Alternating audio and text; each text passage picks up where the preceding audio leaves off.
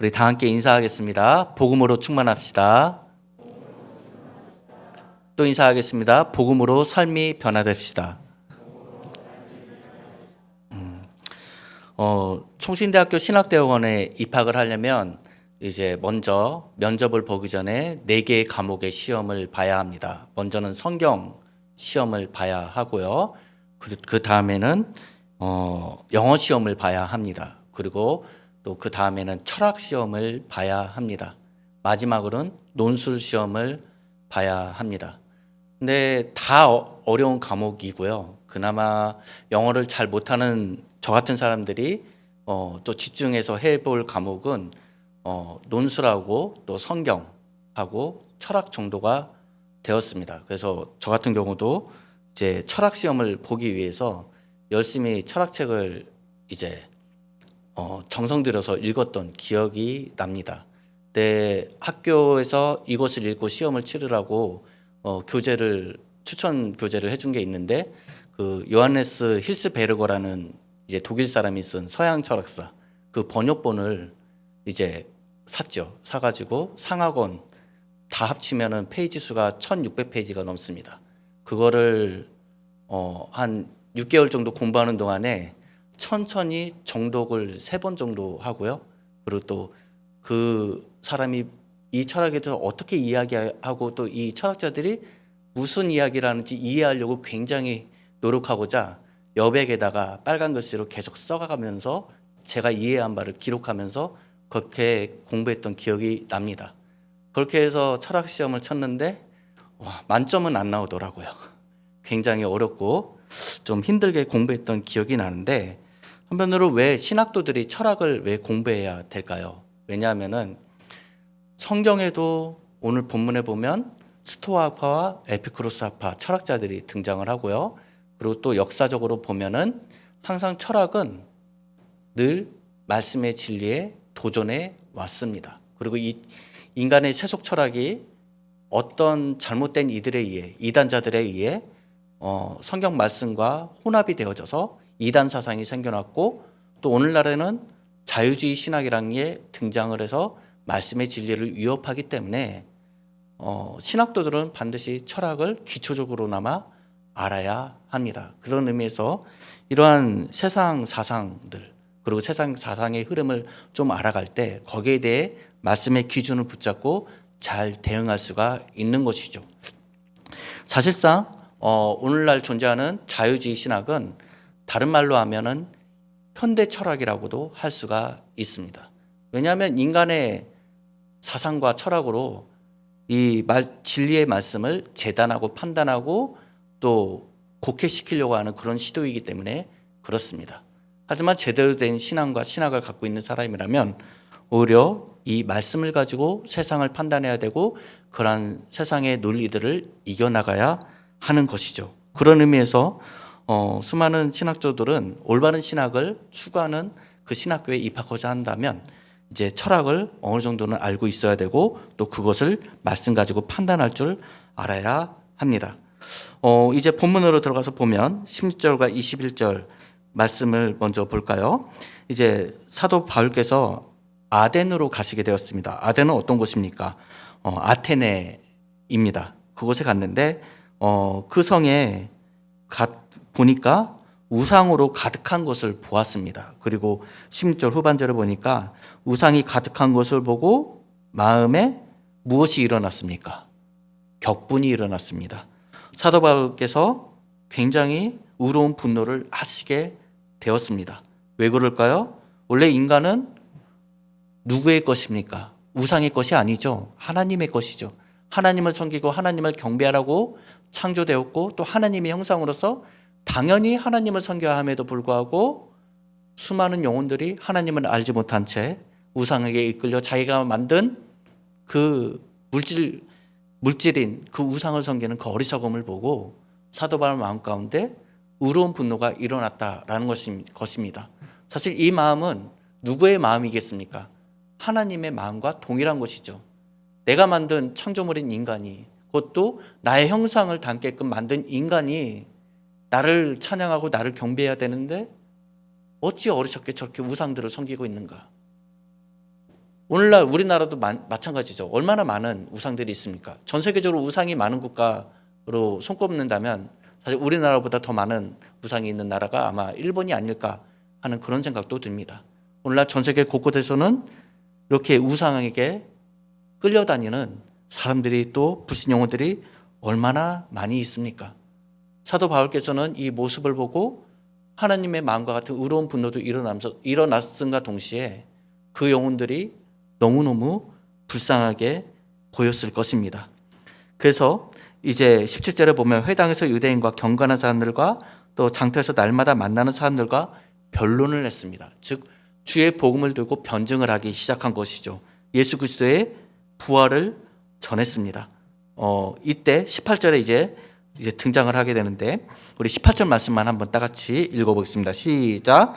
어떤 에피쿠로스와 스토아 철학자들도 바울과争논할세 어떤 사람은 이르되 이 말쟁이가 무슨 말을 하고자 하느냐 하고 어떤 사람은 이르되 이방 신들을 전하는 사람인가 보다 하니 이는 바울이 예수와 부활을 전하기 때문이러라. 아멘. 사도 바울께서는 그들에게 이제 밝히 증거하기 시작했습니다. 더 이상 우상 숭배하지 말고 예수 그리스도를 믿으라. 예수 그리스도께서 부활하셨다라는 복음을 증거하기 시작했습니다. 그때 사도 바울과 중점적으로 변론하며 다퉜던 이들이 누구냐면 18절에 에피쿠로스 학파 사람들과 스토아 철학자들입니다. 아테네는요 문학의 중심이고 또 철학의 중심지였습니다. 플라톤과 아리스토텔레스 이후에 그러한 사상의 흐름이 그 계보가 이제 이 아테네에서는 누구에게 주어졌느냐 하면 에피쿠로스 학파와 스토아 학파, 특별히 스토아 학파가 굉장한 철학적 우위에 있었던 사람들입니다. 스토아 학파의 어떤 대표적 인물의 글을 제가 잠깐 읽어드리겠습니다. 아름다운 것은 어떤 것이든 그 자체로 아름답고 완전하다. 천사는 그것의 본질적 선분을 이루지 못한다. 고로 어떤 대상은 천사에 의해 더 나아지지도 더 나빠지지도 않는다. 진실로 아름다운 것에 무엇이 더 필요하겠는가? 아무것도 더 필요하지 않다. 그것들 중에 어떤 것이 천사에 의해 더 나아지고 비난에 의해 더 나빠지겠는가? 에메랄드가 천사를 받지 못하면 가치를 잃겠는가? 굉장히 좋은 말이죠. 명언이죠. 또 다음 글을 읽어드리겠습니다. 불의를 저지르는 사람은 자신을 악하게 만듦으로써 자신에게 불의를 범하는 것이다. 아무 짓도 하지 않는 사람 또한 불의를 저지르는 것이다. 자신이 그럴 수 있는데도 불의를 금하지 않는 사람은 불의를 범한 것이나 다름없다. 굉장히 윤리적이죠. 스토아파 사람들은 굉장히 이성적이면서 윤리적인 사람들에 해당이 됩니다. 방금 이 명언을 남긴 사람의 이름이 누구냐면은 마르쿠스 아우렐리우스라는 로마의 황제입니다. 그의 명언집이 우리나라 글로도 번역이 돼서 지금도 출판되고 있는 걸로 알고 있습니다. 스토아파 중에 대표적인 사람인데 문제는 무엇이냐면은 이 마르쿠스 아우렐리우스. 여러분 혹시 글래디에이터라는 영화를 보신 적 있습니까? 거기 주인공을 황제로 앉히고자 했던 전직 황제가 이 마르쿠스 아우렐리우스입니다. 거기서는 지극히 선한 왕으로 등장을 하는데 사실은 기독교 역사를 보면은 이 사람은 결코 선한 사람이 아닙니다. 기독교 10대 박해자 가운데 유명한 10대 황제 가운데 한 명입니다. 이 사람에 의해서 얼마나 수많은 그리스도인들이 끔찍한 죽음을 당하고 순교를 당했는지 모릅니다. 이 사람은요, 마르쿠스 아우렐리우스는 명상록을 씀으로써 각광도 받기도 했고요. 또 그는 자신이 캐피탈, 즉 옛 로마의 주피터 신이라고 자처했습니다. 자부했습니다. 그리고 또 그는 좋은 사람이며 공명정대한 정치를 펼쳤다라고 세상 사람들에게 인정받는 사람이기도 했죠. 하지만 하나님 보시기에 또 교회 수많은 그리스도인들의 눈에는 잔혹한 교회의 핍박자였을 뿐입니다. 그는 그리스도를 믿는 사람들을 무신론자로 여기고 또한 국가에 반항하는 자, 또 황제를 신으로 모시지 않는 자. 그리스도인들에게 있어서는 주는 누구입니까? 예수 그리스도시죠. 근데 이 당시에 주는 오직 로마에 있어서는 주는 황제밖에 없었단 말이죠. 근데 황제를 제치고 예수님을 주로 고백하는 이 그리스도인들이 이 로마 황제의 눈에는 그리 좋게 보이지 않았던 것입니다. 그래서 수많은 그리스도인들이 이 사람에 의해 순교를 당했고 특별히 사나운 사자들에 의해 먹잇감이 되는 그리스도인들도 참으로 많았습니다. 유명한 순교자 하면은 누가 있냐면은 서문학 교회의 속사도라고 하는 폴리갑이라는 분이 계십니다. 이분은 사도 요한의 제자입니다. 이분이 86세가 되어서 잡히게 되었습니다. 당시에 그 지역을 관할하고 있던 총독이 나이가 많고 이제 늙은 할아버지여서 그래도 목숨만은 살려주자라고 해서 제안한 게 뭐냐면 그리스도를 부인해라. 그러면 네 목숨만은 살려주겠다. 이렇게 말했다고 합니다. 그랬을 때 이 폴리갑의 고백이 뭐냐면은 나는 86년 동안 그분을 섬겼는데 지금까지 그분은 나에게 은혜만 베푸셨습니다. 그런데 내가 어떻게 예수 그리스도를 저주할 수 있겠습니까? 라고 단호히 거부했다고 합니다. 결국 이 폴리갑은 이 마르쿠스 아울렐리우스 시대에 나무에 묶여서 화형을 당하고 맙니다. 사실 그 전까지 수많은 그리스도인들이 엄청난 박해 때문에 예수님을 부인하고 또 자신 있게 이제 나서지 못하고 그랬는데 이 폴리갑의 순교 이후에 수많은 그리스도인들이 또 용기를 얻어서 믿음의 고백을 하고 순교당하는 분들이 더 많이 나왔다라고 하죠. 이러한 역사 속에서 하나님께서 교회를 지켜주셨고 일으켜 세운 것을 우리는 알게 됩니다. 결국 우리가 이것을 이로 보건대 사람의 고성한 철학과 학문 또 뛰어난 윤리적 그런 마음가짐이 그 사람을 근본적으로 변화시킬 수 없음을 우리는 알게 됩니다. 이 마르쿠스 아울렐리우스라는 이 사람만 봐도 아무리 뛰어난 지성인이라 할지라도 그 안에 있는 재성이 사라진다거나 변화된다거나 그런 일은 나타나지 않습니다. 사람의 근본적 변화는 오직 뭘로만 일어납니까? 성령께서 역사하사 복음의 은혜를 주실 때 사람이 근본적으로 변화되며 하나님의 자녀가 되는 것이고 실로 주님 보시기에도 아름다운 그런 착한 사람이 되는 것입니다. 스토아파에 대해서 좀 더 얘기를 한다면 이 스토아파 사람들 여러분 혹시 자연으로 돌아가라 이 말을 혹시 들어보셨습니까? 네, 자연으로 돌아가라. 그리고 혹은 다른 말로 하면은 야, 너 감정에 휩쓸리지 말고 이성적으로 생각해. 사실 이것이 스토아파 사람들의 모토입니다. 자연으로 돌아가라. 이건 뭐냐 하면은 이성적으로 되라라는 그런 뜻이거든요. 이 사람들은 이제 정신을 고귀하게 생각했습니다. 그리고 정신 자체가 신으로 여겨졌던 사람들입니다. 그래서 이 사람들은 이제 이성적인 사고를 하는 걸 좋아했고 또 아파테이아라고 해서 우리말로 하면 평정심이거든요. 늘 항상 평온한 마음, 평정심을 유지하는 것을 중요시 여겼던 사람들입니다. 그래서 어찌 보면 스토아파 사람들은 굉장히 윤리적인 사람들이었죠. 하지만 그러면서도 이 자신들이 강조하고 있는 이성에 해당하는 이 자연이, 이 정신이 이제 모든 자연에 깃들여 있다라고 생각을 했어요. 그래서 이들은 범신론자들이기도 합니다. 이들이 좀 고상하고 또 고귀한 아주 수준 높은 그런 지식을 갖고 있었다 할지라도 결국은 무엇입니까? 그리스도 교회를 박해하는 그런 박해자들이 수없이 많이 나왔던 것을 우리는 지적하지 않을 수가 없는 것입니다. 결국 철학과 윤리로서 하나님을 믿을 수는 없는 것이죠. 또한 그렇게 사람이 변화될 수도 없는 것이죠. 또 한편으로 에피쿠로스 학파를 잠깐 소개를 해드린다면 이들은 영혼을 믿지 않았습니다. 신도 믿지 않았습니다. 무신론자들이었고 오직 존재하는 것은 물질적인 것이 다라고 생각을 했습니다. 즉 유물론자들이었습니다.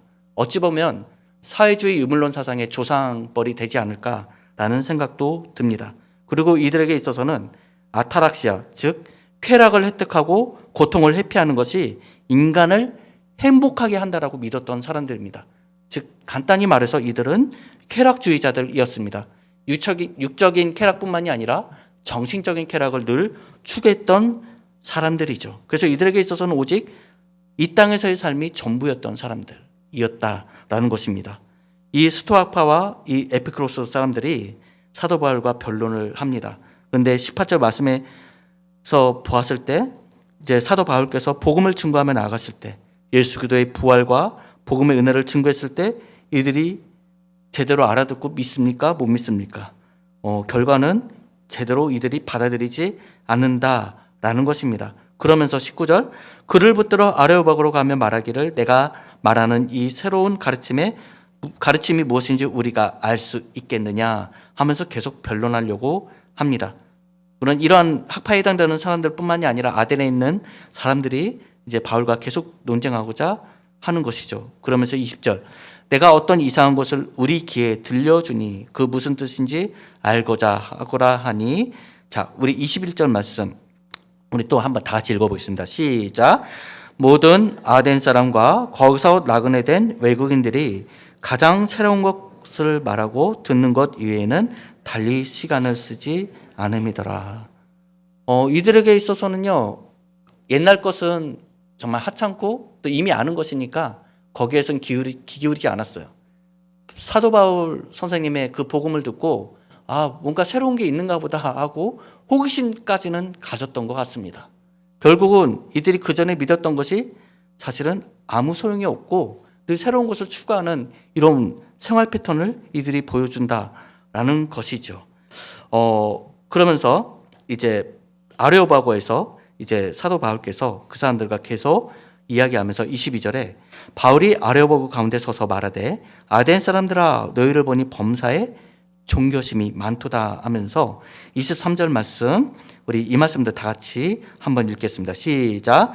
내가 두루 다니며 너희가 위하는 것들을 보다가 알지 못하는 신에게라고 새긴 단도 보았으니 그런즉 너희가 알지 못하고 위하는 그것을 내가 너희에게 알게 하리라. 사도 바울께서 보니까 참 이상한 신이 또 있는 거예요. 다른 신들은 제우스 혹은 비너스, 아프로디테 뭐 여러 가지 이름을 가진 포세이돈 이런 신들이 다 있는 반면에 어떤 신은 이름이 희한해요. 오늘 본문 말씀에 뭐라고 나와요? 알지 못하는 신에게라는 이제 신이 등장을 한 거죠. 이름이 없어요. 그냥 알지 못해요. 왜 이런 신을 만들었을까요? 왜 이런 우상을 이런 제단을 또 사람들이 쌓았을까요? 그것은 BC 600년경에 이제 아테네에 엄청난 역병이 돌았습니다. 그래서 수많은 사람들이 죽고 많은 사람들이 고생을 했죠. 그래서 그때 아테네 사람들이 자신들이 아는 모든 신들에게 제사를 지냈습니다. 그럼에도 불구하고 역병이 사라지지 않았습니다. 오히려 더 중해졌습니다. 그랬을 때 에피메니데스라는 사람이 나와가지고 이런 말을 했습니다. 여러분, 아마도 알지 못하는 신이 화가 나셔서 이렇게 역병을 돌게 하셨나 봅니다. 우리 그 신을 위해서 제단을 쌓읍시다. 양들이 눕는 곳마다 어디든지 제단을 쌓아서 알지 못하는 신을 다독여주고 또 그를 위해 제사를 드림으로써 역병이 없어지게 합시다 라고 제안을 한 거예요. 그래서 가는 곳마다 양들이 눕는 곳마다 제단을 쌓았죠. 근데 참 그 제단을 쌓고 나서 역병이 또 사라진 거예요. 그래서 우리가 알지 못하는 신이 진짜 있구나라고 하면서 믿게 되면서부터 사도 바울께서 이렇게 이르기까지 그 알지 못하는 신이란 우상이 그 존재가 그 제단이 이렇게 이어져 내려오게 된 것입니다. 이랬을 때 사도 바울께서 그것을 보고 속으로는 굉장히 한탄해하시고 한심해하셨겠죠. 그러면서 동시에 너희들이 알지 못하는 신, 그 신이 누구신지 내가 이제 알려주겠노라 라고 하면서 그때부터 이제 누구를 소개합니까? 자, 24절 말씀 우리 또 다 같이 읽어보겠습니다. 시작. 우주와 그 가운데 있는 만물을 지으신 하나님께서는 천지의 주제신이 손으로 지은 전에 계시지 아니하시고 25절 또 무엇이 부족한 것처럼 사람의 손으로 섬김을 받으시는 것이 아니니 이는 만민에게 생명과 호흡과 만물을 친히 주시는 이심이라. 일반 계시를 이용해서 사도 바울께서 이들에게 무엇을 전합니까? 하나님을 전하고 있습니다. 즉 이들의 논리를 이용해서 하나님을 증거하기 시작하신 것이죠. 창조주 하나님을 소개하고 있고요. 또한 이 온 세상을 다스리시는 하나님을 일반 계시를 이용해 또 전하고 있습니다. 또 세상 역사를 주관하시는 하나님을 이야기하고 있고 또 생명의 근원이신 하나님을 이야기하고 있습니다. 여기 26절에 보면 인류의 모든 족속을 한 혈통으로 만드사 온 땅에 살게 하시고 그들의 연대를 정하시며 거주의 경계를 한정하셨으니 이는 사람으로 혹 하나님을 더듬어 찾아 발견하게 하려 하심이로되 그는 우리 각 사람에게서 멀리 계시지 아니하도다. 여기까지 사도 바울께서 일반 계시를 이용해 또 그들이 이해할 만한 논리적 수준을 이용해서 하나님에 대해서 설명하고 있습니다. 이 설명을 들었을 때 이들은 분명히 잘 이해했을 것입니다. 그러면서 이어지는 것이 뭐냐면 이때부터 그 이후부터 이제 그리스도를 증거하기 시작하는데 특별히 28절 말씀 보면은 이런 말씀이 있죠. 우리가 그를 힘입어 살며 기동하며 존재하느니라 너희 시인 중 어떤 사람들의 말과 같이 우리가 그의 소생이라 하니 하나님을 믿지 않는 철학자 어떤 시인이 우리는 그의 소생이다 라고 말을 했대요. 여기서 말하는 그는 하나님은 아니겠죠. 분명 하나님은 아닌 다른 어떤 알지 못하는 신을 향해 한 말이었을 것입니다. 주석을 보니까 이렇게 얘기합니다. 28절에서 우리가 그의 소생이라 라고 했을 때 이제 길리기아 시인 아라투스의 시에서 이런 말을 했다라고 하죠. 그리고 또 클레안데스라는 사람이 제우스에게 드리는 찬송이라는 그 시집에서 또한 이런 비슷한 말이 나온다라고 합니다. 이러보건대 사도 바울께서는 이제 율법과 복음만 아주 온전히 안 것이 아니라 세상 문학도 알았다 몰랐다? 네, 분명히 자세히 알고 있었다라는 것입니다. 사도 바울께서는 우리 말씀을 보면 어떤 분입니까? 이제 22장 이제 3절에 보면 나는 유대인으로서 길리기아 다소에서 났고 이성에서 자라 가말리엘 문화에서 우리 조상들의 율법의 엄한 교훈을 받았고 오늘 너희 모든 사람처럼 하나님께 대하여 열심히 있는 자라. 원래 사도 바울께서도 굉장한 석학 중에 석학이시죠. 당시에 최고의 율법학자인 가말리엘 밑에서 수업을 듣고 수제자로서 배운 사람이었습니다. 이렇게 복음과 율법만 자세히 알았던 것이 아니라 세상 학문도 그에 못지않게 자세히 알고 있었던 분이었습니다. 그래서 사도 바울께서 이 세상 시인들의 시를 가지고 이제 복음과 어떻게든 연결시키고자 저초점을 가지고 나아가는 모습을 우리는 이 본문을 통해 볼 수 있게 됩니다. 우리가 알 것은 무엇입니까? 일반 계시를 통해 하나님의 살아계심을 우리는 가늠하여 알 수는 있습니다. 불신자들도 마찬가지입니다. 하나님을 믿지 않는 사람들, 또 천문학이나 아니면 의사들, 자기들이 배우는 학문을 통해 하나님을 믿지 않았던 사람들도 이거는 분명히 창조주가 있는 거다라고 가늠하여 알 수 있다라는 것을 우리는 이 본문 말씀을 통해 또 배울 수가 있죠. 하지만 일반 계시만 가지고 하나님을 온전히 알 수는 없습니다. 우리가 언제 하나님을 알고 믿게 될 수 있겠습니까? 믿지 않았던 사람이 하나님을 믿게 되는 계기는 언제이겠습니까?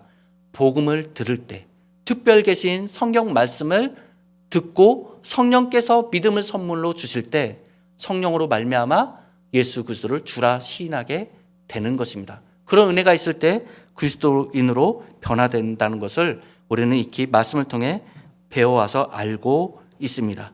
그러면서 논리적으로 또 사도 바울께서 설명하고 있죠. 29절 이와 같이 하나님의 소생이 되었은즉 여기서 말하는 알지 못하는 신을 사도 바울께서는 하나님으로 규정을 하고 증거하며 나가기 시작합니다. 하나님의 소생이 되었은즉 우리는 하나님의 소생이야. 알지 못하는 신이 아니라 그 알지 못하는 신이 사실은 하나님이셔. 우리는 하나님의 소생이야. 그러니 하나님을 금이나 은이나 돌에다 사람의 기술과 고안으로 새긴 것으로 만들 필요 없어. 또 그렇게 섬길 필요도 없는 거야 라고 설명해 주고 있습니다. 자, 그리고 30절 알지 못하던 시대에는 하나님이 간과하셨거니와 이제는 어디든지 사람에게 다 명하사 회개하라 하셨으니 이제 회개를 강조합니다. 여러분 이제 회개하셔야 합니다. 우상 숭배한 거 회개하고 이제 하나님께로 돌아오십시오. 하나님의 자녀가 되십시오. 회개하십시오. 회개를 외치고 있습니다. 세례 요한과 우리 주 예수 예수님께서도 복음을 증거하실 때 첫 마디가 뭐였습니까? 회개하라, 천국이 가까웠느니라. 이제 여기서부터 드디어 사도 바울께서 회개를 강조하십니다. 회개를 강조함으로써 천국 복음을 가르치기 시작했습니다. 또한 31절 말씀에 보면 이제 이는 정하신 사람으로 하여금 천하를 공의로 심판한 날을 작정하시고, 여기서 말한 정하신 사람은 누구이겠습니까? 우리 주 예수 그리스도이십니다.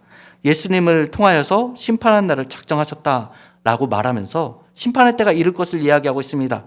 이에 그를 죽은 자 가운데서 다시 살리신 것처럼 우리 예수님을 하나님이 살리셨습니다. 그리고 모든 사람에게 믿을 만한 증거를 주셨습니다 라고 합니다. 여기서 말한 믿을 만한 증거는 무엇입니까? 우리 주 예수 그리스도와 십자가와 부활인 것입니다. 여러분, 이제 예수 그리스도를 믿으시고 십자가와 부활을 믿으십시오. 복음 안에 다시금 새롭게 변화되십시오. 이 우상숭배의 제약에서 이제는 벗어나십시오 라고 사도 바울께서 증거하고 있는 것입니다.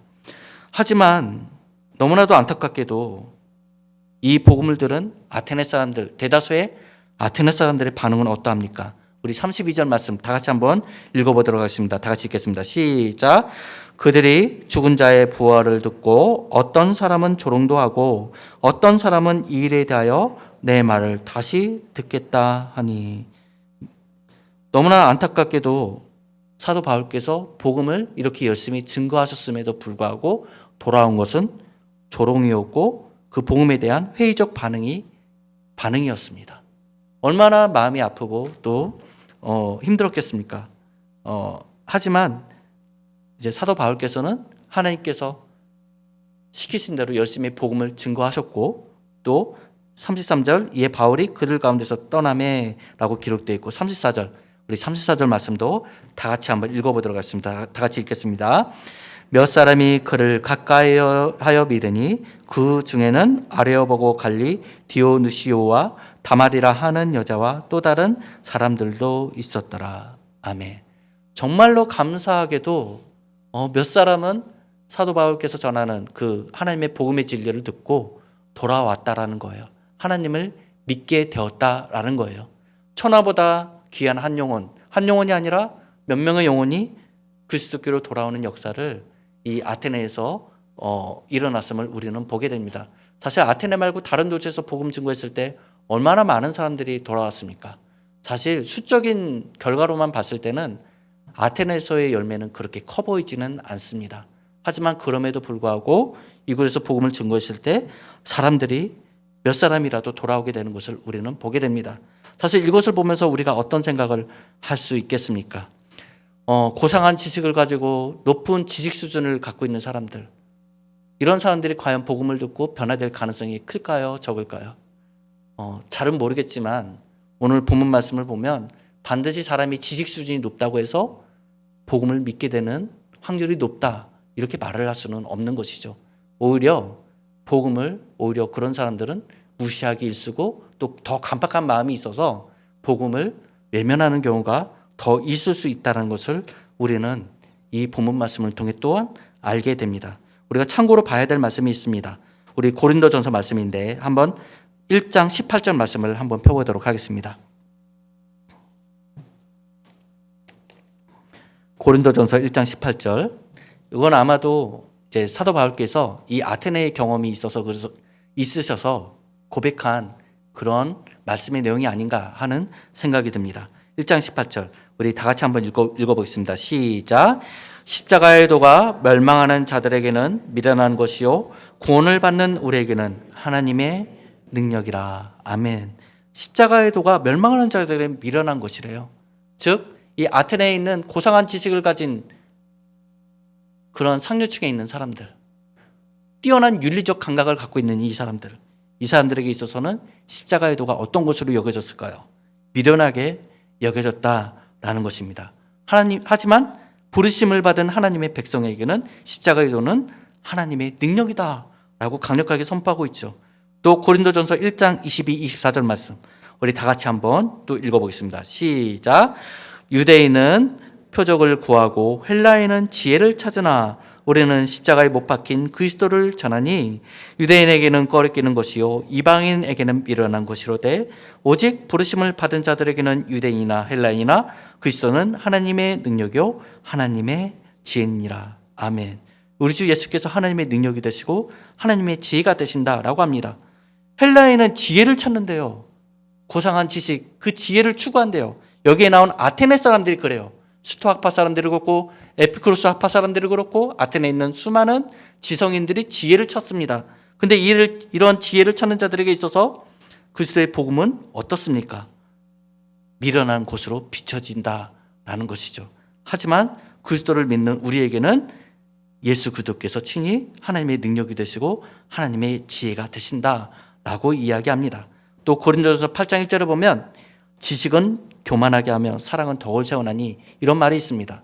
어찌 보면 이 아테네에 있는 수많은 지성인들이 왜 그리스도의 복음을 받아들이지 못했을까요? 사실은 그들이 차고 넘치는 지식으로 인해 그들이 교만해졌기 때문에 그리스도의 복음이 십자가의 고난과 부활이라는 그 복음이 자신들의 시각에 있어서 너무나도 유치하고 미련하게 비춰졌다라는 것이죠. 이러한 교만이 그들로 하여금 예수 그리스도를 믿지 못하게 하는 방해물이 되었다라는 것입니다. 그런 의미에서 사도 바울께서 고백하는 바가 또 있습니다. 우리 고린도전서 2장 4절과 5절입니다. 이 말씀도 다 같이 한번 읽어보도록 하겠습니다. 고린도전서 2장 4절과 5절 우리 찾았으면 다 같이 한번 읽어보도록 하겠습니다. 시작. 내 말과 내 전담이 설득력 있는 지혜의 말로 하지 아니하고 다만 성령의 나타나심과 능력으로 하여 너희 믿음이 사람의 지혜에 있지 아니하고 다만 하나님의 능력에 있게 하려 하였노라. 아멘. 아마도 사도 바울께서 아덴에서의 이런 전도 활동했던 그 경험이 고린도에서는 어떻게 했느냐?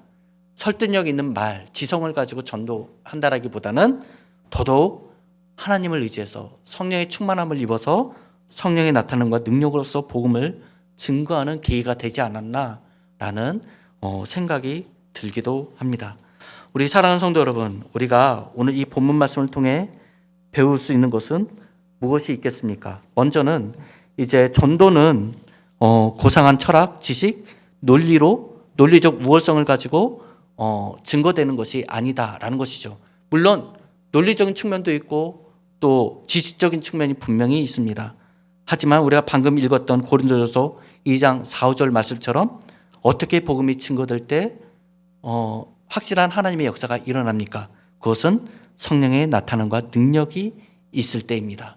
그런 의미에서 우리는 특별히 말씀을 전하는 저 같은 사람이 그렇습니다. 늘 복음으로 충만해져야 되고 복음 안에 늘 거하기를 힘쓰는 그러한 사역자가 되어야 되겠죠. 그리고 또 우리 사랑하는 성도 여러분, 우리 성도 여러분들께서도 불신 영혼들을 만날 때 복음을 증거하게 되지 않으시겠습니까? 그럴 때 우리 먼저가 사실은 복음으로 먼저 충만해져야 있어야 된다라는 것입니다. 여러분, 복음은 불신 영혼에게도 절실히 필요하지만 여전히 예수 그리스도를 믿고 있는 저를 포함한 우리 모두도 여전히 복음을 절실히 원해야 하고 간절히 바라야 합니다. 그런 의미에서 우리는 말씀을 열심히 묵상하며 성령의 인도하심에 따라 말씀을 깨닫고 말씀대로 살아가기를 힘쓰는 우리 모두가 더더욱 되어야 되겠습니다. 또한 복음을 통해 성령의 나타남과 능력으로 복음의 능력을 경험하고 또 우리 삶이 변화되는 그 삶의 열매들이 보여졌으면 좋겠습니다. 그러할 때 불신 영혼들도 우리의 변화된 모습을 보고 살아계신 하나님을 혹 깨달아 알게 되는 그런 일이 일어나지 않겠습니까? 한편으로 우리 사도 바울 선생님의 모습을 보면 닮아야 될 부분도 너무나도 많이 있죠. 특별히 16절에 불신 영혼들이 우상 숭배에 가득한 그 모습을 보고 의분을 일으키셨습니다. 분노하셨죠. 너무 안타까워하셨죠. 불쌍히 여기는 마음이 있었죠. 우리들 또한 그런 마음이 있어야 되겠습니다. 세상 불쌍한 영혼들을 한 영혼을 봤을 때 그 영혼을 진심으로 사랑하고 불쌍히 여기는 마음, 나처럼 예수님을 영접하고 함께 신앙생활을 했으면 좋겠다 하는 그런 열망이 우리 안에 가득 찰 수 있었으면 정말 너무나도 좋겠습니다. 또 한편으로 우리 사도 바울 선생님의 모습을 보고 또 감동받는 저 개인적으로 감동받는 부분이 있다고 한다면 사도 바울께서는 세상 학문도 분명 너무나도 잘 알고 있었습니다. 인문학, 수사학 이런 거 잘 알고 있었어요. 근데 복음을 증거할 때 오직 십자가의 돌을 붙잡고 복음을 증거하셨고 성령의 충만함을 입어 복음을 증거하셨습니다. 그래서 참 너무나도 닮고 싶은 모습이 뭐냐면은 그 복음의 진리, 말씀의 진리가 사도 바울께서는 전혀 흔들림이 없다라는 것이죠. 왜요? 세상 학문을 그렇게 접했음에도 불구하고 자세히 알매도 불구하고 거기에 휘둘리는 것이 아니라 오히려 성경 말씀을 가지고 세상을 판단하고 재단하고 또 세상을 심판하는 그 일을 사도 바울께서 하시는 것을 우리는 알 수가 있습니다. 그 근거 구절이 어디 있냐면은 우리 한 번 더 찾아보겠습니다. 고린도후서 10장 4절과 5절입니다. 고린도후서 10장 4절과 5절 이 말씀을 우리 한꺼번에 보도록 하겠습니다.